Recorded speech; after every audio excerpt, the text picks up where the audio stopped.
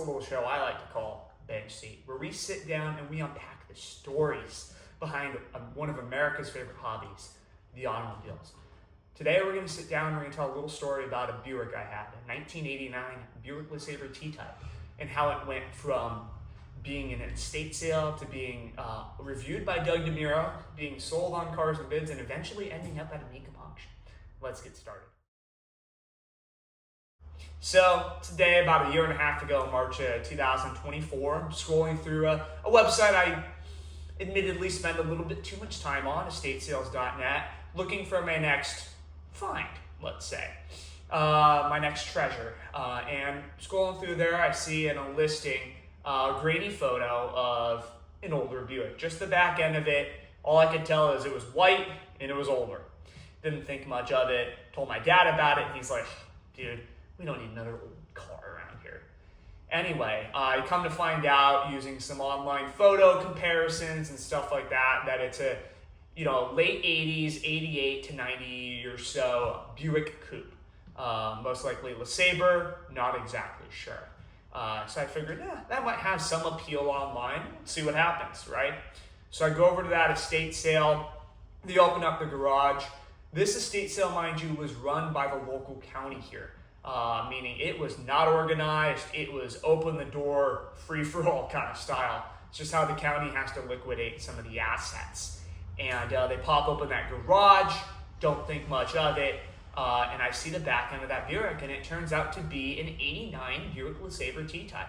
And I was looking around and thinking, okay, do I have any competition with this? That's something that you got to deal with that a little bit. And they open the garage. The sale starts at 9 o'clock.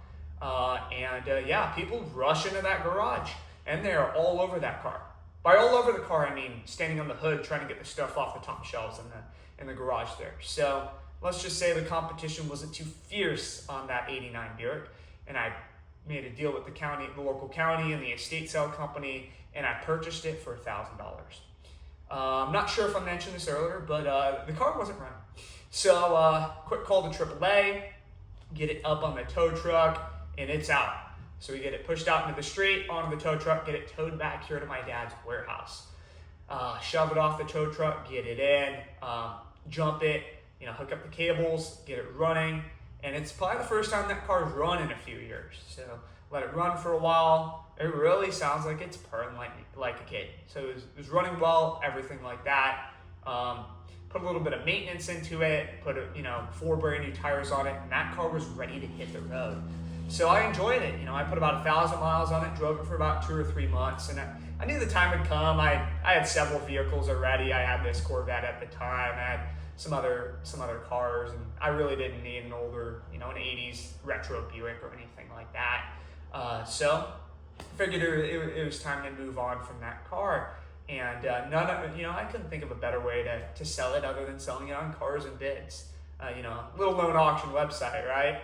But being in, Ventura County, and we're not too far from San Diego, where Cars and Bids is based, and Doug DeMuro there, the owner of Cars and Bids, expressed some interest in reviewing that car on his channel. So we get that out there. They offer to have it towed down to the Cars and Bids warehouse in San Diego. And I had to pick it up. So our vehicle was shipped down to San Diego and reviewed by Doug DeMuro. And we had that review. I think it's got about 300,000 views on that now. That's crazy to see that old Buick that I didn't think much of really gained that traction online. And that was really to my surprise on this vehicle, because when I first acquired it, I didn't think much of it. And I jumped on Facebook groups and stuff like that online. And I even saw that particular Buick, an old photo from it from about 5 or 6 years back, on a Facebook page called Unappreciated Survivors, where people were really talking about that car and how rare they were and how, kind of forgotten they had been. Anyway, so Doug DeMuro does his review. The comments behind it are just, rolling back and bring people back to their youth and what their parents had, and old Buicks and old Cadillacs and old Chevys and stuff like that people are really remembering when seeing a vehicle from that era. Anyway, the video goes live, same day the auction goes up on Cars and Bids. At no reserve, I figured I'd take a bet on it. It's a one-owner car, clean title, and had about 51,000 miles on it at that point. Said, all right, shipped it down there, we'll sell it at no reserve. So, day came, auction closed. I was kind of expecting a little bit of a bidding war, but that didn't really happen. It was one bid, $6,100 the car sold. So if you want to look at it that way, I had a pretty good turn on investment, even though I had to pay back fees and new tires and little maintenance that we did here and there. Anyway, the buyer was semi-local. He was up north in San Francisco, and he wanted to get the car smogged, which is something that, you know, is standard in the state of California and easy enough. And so the Cars and Bids crew actually offered to bring it in and get it smogged down in San Diego, and they would cover that, which was very nice of them. But the car had been sitting in that warehouse there for about 2 or 3 months at this point, not being driven. You know, it was filmed, you know, he drove it a couple of miles for that film, and that was it. It was brought back down there. So they got it going, they brought it into the smog shop, and it failed. It turns out it was running on about 5 cylinders, and it failed that smog inspection. So that news gets back to me, and I'm thinking, all right, I want this car to sell, and I'm going to do it in good conscience, make sure it's perfect for the new owner.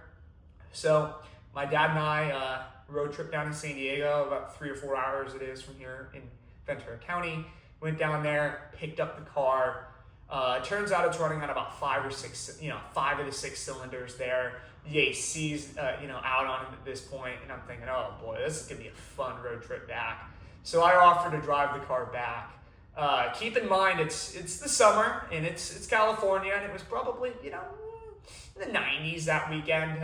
Maybe not the best time to drive a car 3 or 4 hours, you know, without air conditioning. Anyway, offered to drive it back. My dad is like, no, I'm driving it. So I think he wanted to take that one for the team. Drive the car that was running on about 5 cylinders with no air conditioning. Anyway, he ends up taking it. I end up rolling behind him with, you know, the AC blowing in my face and the air conditioned seat on in one of the luxury sedans that we had at the time. We get that back up here, pull in the warehouse here, realize it's running on about 5 cylinders, and get that brought over to my mechanic. They drop a new coil pack in there, get it running beautifully, get it smogged, recharge the air conditioning system. It's all ready to rock and roll for that new buyer. Comes by, he picks it up, and he road trips it back up to San Francisco. You would think that's where the story ends. You'd be wrong again. So I get a text from my grandfather probably about 6 months ago, earlier this year, I think it was March or so, March of 2025. He sends me a text and he says, hey, this Buick kind of looks like your old Buick. And I looked at it and I said, you know what, Grandpa, that is my old Buick. Turns out that 89 T-Type was going across the block at a Mecum auction. So the guy that I sold it to was turning it over at the Glendale Mecum auction in Arizona. And it looked like he did some paint work on it, tires put on them again, I'm not quite sure why. And it sold, you know, went across the block at Mecum at no reserve, and it sold for $10,000. So I could kind of see, oh gosh, maybe I should have done that, but hey, you know, that's the story behind it, and that's kind of the stories that make up a lot of the cars that I've owned. So if you'd love to hear more stories like that one of the 1989 Buick LeSabre T-Type and its Cars and Bids and Doug DeMuro story, or any about some of the other 25 cars that I've owned, like the 17 Mustang GT California Special or that 2000 Corvette, feel free to leave a comment below. Love to talk more and continue this segment at Bench Seat. Thank you so much for your time, and have a good night.